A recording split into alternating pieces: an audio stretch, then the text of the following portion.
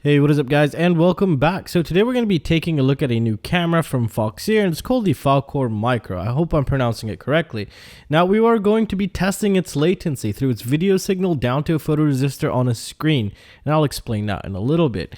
Now this is a pretty interesting camera. It has a lot of crazy features. So it is a CMOS camera as well as 1200 TV lines. It runs PAL and NTSC, switchable via OSD. It's also a 4:3 and a 16:9 aspect ratio camera, which can be switched inside the OSD. Now, when you do that, it doesn't resize the image, it just crops the image down to, for example, if you're watching 4:3, it'll crop the image from the 16:9. And this thing also has a pretty interesting feature, which is called 3DNR. Now you might say, well, what the hell is that? Well, that is noise reduction. So it's 3D noise reduction. That's what they're calling it. There's 2DNR and there's obviously no DNR, which is noise reduction. This actually works. I don't know how well it's going to work for our type of use. However, we're going to see if that introduces some sort of latency to the overall camera. And that's what we're going to be testing today. Now, this thing can also take 5 to 40 volts, which is pretty good, and it also has a voltage sense line, which is called VSense, which you put the wire directly to your battery voltage and it'll give you an OSD reading of how much battery you have left. Now this is very useful for wings and or anything without some sort of a OSD to tell you your battery voltage and how much you've used. Now if we take a look at some of the things that it comes with, obviously you get the box here. We also get the camera itself. It's really nice, really small. Obviously it's a micro, as the name states. We get the adapter for it, as you can tell right here.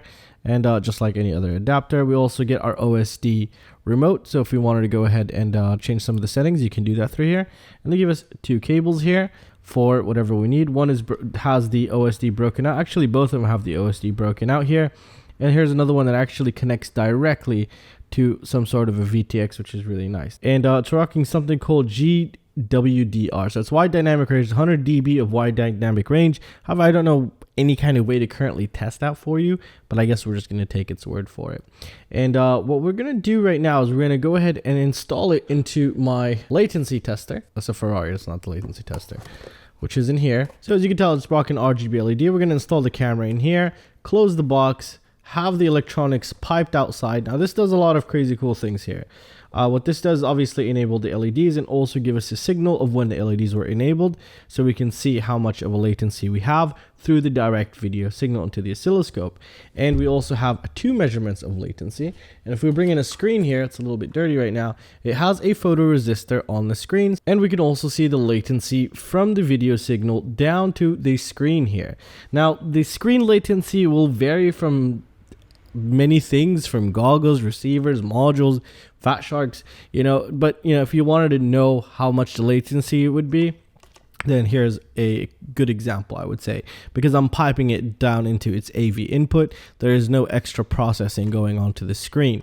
So maybe if you wanted to see that, you can also see that. Also, we're going to test all of them exactly at the same time, since I do have a 4-channel oscilloscope. Alright, so if you're curious about the testing methodology, let's just quickly jump over it. Now, as you can tell, the camera is connected, so is the RGB LED. They're both connected to this little module here, which I'm planning on creating a PCB for soon. This is just a little DIY kit here that I've made kind of in a way.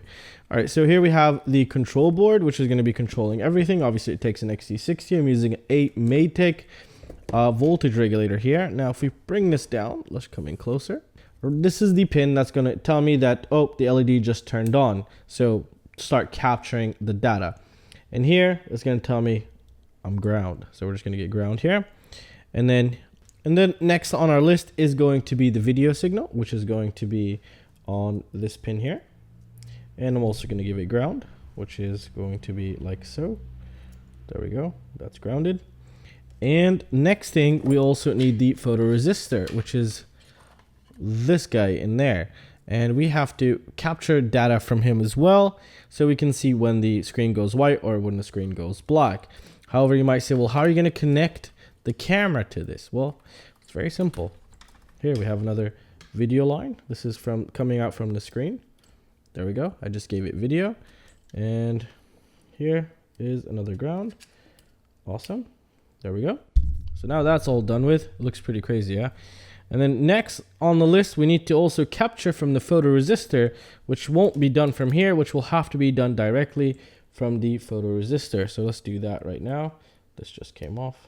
Just making sure it's tight on there. There we go. So next thing on the last thing is the photoresistor here, which we're going to capture from here, and we're going to give it ground to right there. So now we're capturing from the photoresistor. Now I might say, well, where's the photoresistor connected? Obviously these don't connect wireless. Here we go. As you can tell, I put a little gray mark to tell me where is the ground, and I'm just going to bring this in and have 3 pin headers set up for this. That's just going to slide in like that.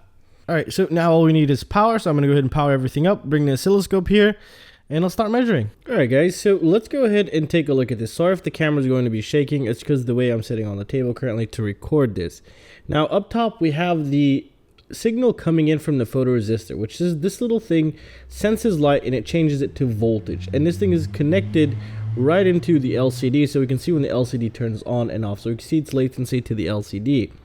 Here is the video signal that's coming in from the camera, and here this indicates, this bottom one indicates when the LED will turn on.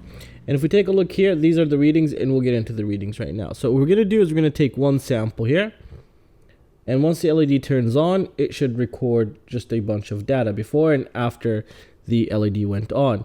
Now, as you can tell here, here's the video signal right there, and let's actually do something a little bit different so you can kind of get a better idea. So here's the colored version, just to get an idea what's going on.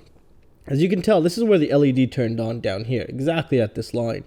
And if we take a look here, we see the change was noticed right there. That's when the LED just went boom, full blast right there. That's the video signal. So let's actually measure this. This is the video signal coming in from the camera. So direct latency. So we can see its current latency is 13.4 milliseconds. And if we take more, we can get an average of its latency here. Now, if we take a look up on the top, we see it didn't notice it just yet, as we saw that the camera already noticed it and it started outputting that video into whatever is taking it, for example, the VTX.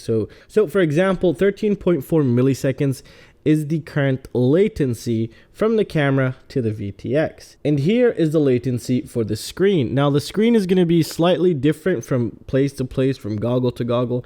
However, this screen, I'm giving it direct AV input, so we theoretically should have the least amount of latency here, but some people like to see this for some reason.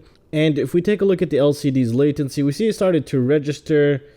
It took about 20 milliseconds, but I would say around 30 milliseconds of when it actually started to register here. Now, this isn't as accurate as this down here, but some people like this and they've asked for it a while ago. So this is why I decided to add this on. And plus, last time, or when I used to test, I never had a 4-channel oscilloscope, and now obviously I do. So let's take in another sample here and see if we can get a better result. Now, this is the LED turning on. We're also going to take samples when the LED is turning off. As we can tell here, so this sample is around 14.8 milliseconds. However, we can roughly say around 13 milliseconds. And you might say, well, why would you do that? Well, this is kind of, let's take a closer look actually. So these here are the frame equalization pulses, are just in here. This is kind of to sync in the frames. And I believe this is a half a frame and half a frame. So two actually make a full frame because they're interlaced and they work differently than the digital stuff we're actually used to here. So if you didn't know that, that'll probably be some useful information right there. So yeah, it's around, I would say 13.2 milliseconds. And but if you wanted to go to here, it's around 14.8 milliseconds. And again, I think this is a CMOS camera, if I remember correctly. Let's go ahead and take another sample. So we got 13, 14, and let's take a look here. I would say right there, 14 milliseconds. It's pretty consistent around that 13 millisecond mark here. So that's really good to see. And let's see here, around 15.2. I think this is the maximum I've gotten for latency, 15.2 milliseconds. Let's go ahead and take another one. And we can just drop it here. 14 milliseconds. It's really, really consistent. 13 to 15 milliseconds. 15 being the worst. This camera is actually really fast. I've seen faster, but this is really good. I mean, for the type of camera. Look, obviously, you're going to have to you expect more camera latency testing here. So, yeah, as we can tell, it's around 15. Let's actually zoom in and get it better. We can get a better measurement, a more precise measurement. Yeah, it's around 15.2 milliseconds. Yeah, 15.2 milliseconds. So this camera is actually doing good. So now what we're going to do is we're going to go ahead and take different samples. We're going to take when the LED turns off. So let's see if that will change something as well. So let's go to setup. All right, so I'm gonna change it to a falling, because when it falls, it turns off. That's how I've set it up. I've programmed the Arduino. Sorry about the camera shakes, guys. All right, so now we're gonna take a new sample with the LED turning off and to see if there's a difference. Now there is some, I think there's gonna be slightly a difference. As you can tell here, the LED was on, boom, it turned off right at this point right there. And we saw the change right here, which is around 23 milliseconds. But it actually started to notice the LED turning off around 14 milliseconds. Well, this is probably exposure and something else. These are really weird, these little jumps right here. So yeah, let's go ahead and take another one.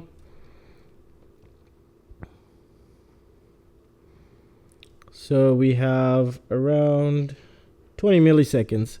So as you can tell, the LED turning off, we're getting a little bit more latency. And I think the reason for that is that 3D NR, which is the 3D noise reduction, which works for reducing noise in low light environments. And I think that's what's possibly going on, introducing that extra latency. But again, I could be wrong, but I mean, we're seeing the extra latency here right now. Let's take another sample and see what else we find here. It's consistent, 20 milliseconds, around 20 milliseconds. But yeah, so I guess theoretically, maybe if you're in low light, you can expect a little bit more latency, but this is totally acceptable latency. Anything below 25 milliseconds, actually 34 milliseconds, I think is pretty acceptable. Below 25 milliseconds is great. There's one camera that got 4 milliseconds a while ago. So yeah, I'll be testing more cameras. I also do have the Hakcrc Turtle and all these other ones, or Turtlet, or whatever it's called. Anyways, overall, this camera is doing good. Its latency is pretty spot on. So I would say its latency is anywhere between 13 milliseconds to 21 milliseconds, because now we have the LED turning off. So you can choose for yourself what you want to say, but this is, the latency is well below 25 milliseconds, that's for sure. As you can tell, I'm taking more samples here. So it is well below 25 milliseconds, which is great. That is really good. That's what you want to see here. All right, guys. So I really hope you guys enjoyed the content. If this content was useful in helping you make a purchase or avoid a purchase, please consider using the links down below. And also, I do have a Patreon. That'll be absolutely awesome if you can support me there. That'll keep the channel afloat and running. And well, that's it, guys. I really hope you enjoyed it. Check the links down below, and I'll see you in the next one. Peace out.